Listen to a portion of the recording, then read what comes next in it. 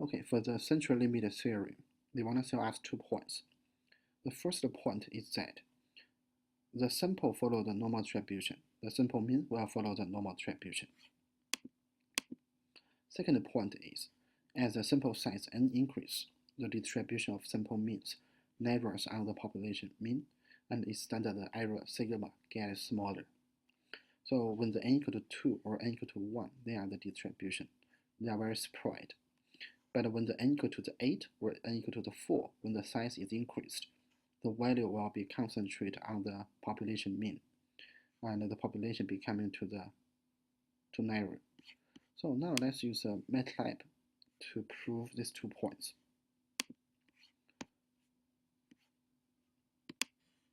This exercise is based on an example from the textbook. Suppose the average price of a MP3 player is $80 with a standard deviation equals to the $10. And what will be the mean and standard deviation of the X bar, that is sample mean, from a sample of 20 MP3 players? First one, the mu equal to 80, sigma equal to the 10. And now they ask a sample of 20 players, so n equal to 20.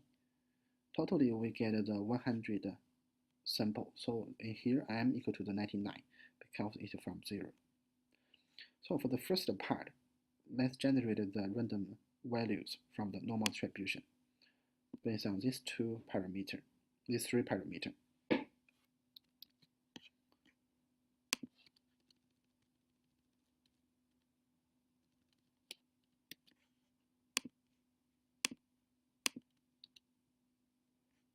Okay, this is a histograph of this 20 number based on these 20 random values. So you can see it is not really like a normal distribution, but we generated them from the normal distribution. And the standard deviation of this 20 number is 10.52. So actually this is not really bad because the parameter sigma is equal to the 10. Now what we are doing is we generate 100 data set. In each of them there are the 20 random values from the normal distribution.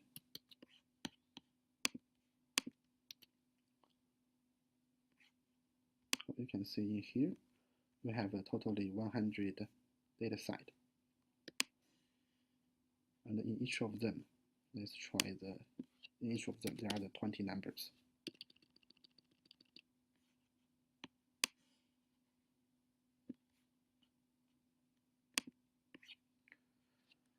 So now what we are doing is we go to each of them, each field to get this 20 number and calculate the average of these 20 number. So what we should get, we will get 100 average value. So that is what we are doing. We go to each of them to get the x, and then we calculate the average of the x. We put them into this vector.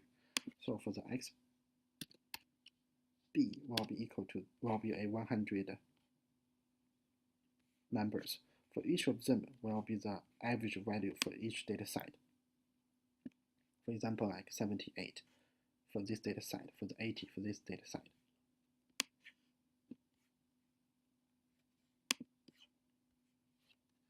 And now let's calculate the mean and standard deviation of this 100 number and the graph of this 100 number.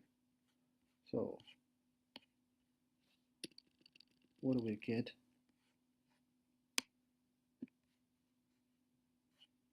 The mean is 80 and the standard deviation is 2.23. Now let's see the graph.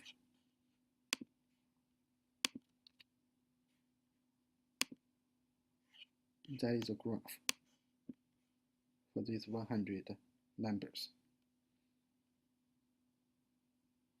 Okay, now what we want to prove is if we increase the sample size, whether the mean and standard deviation will be what is the change in the mean and standard deviation.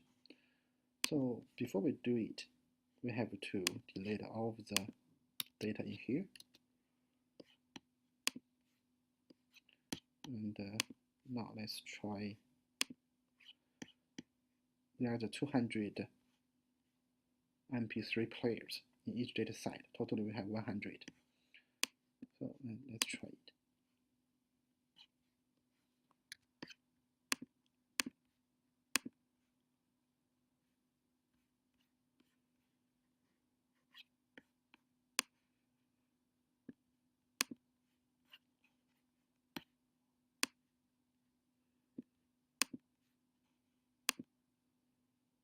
So we get the 100 data site, and this is the histogram of the X bar. And for the value, let's see. For the mean, they are slightly different, but for the standard deviation, you can see it is decreased from the 2.26 to the 0.68. So now let's try 2000 in each data site.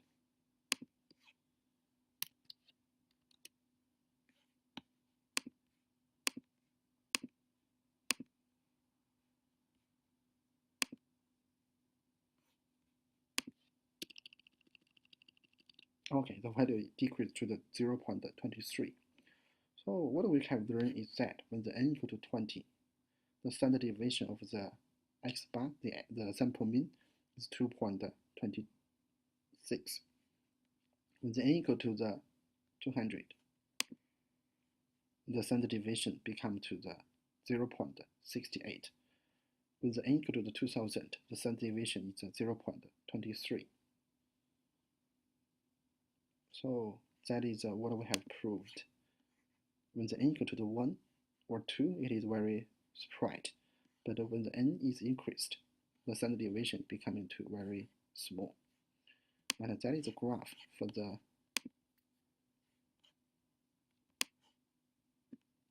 when the n equal to 2000, totally we have 100 numbers. So you can see most of them are narrow on the mean. So we are successfully proved all of these 2 points. They are correct. Thank you.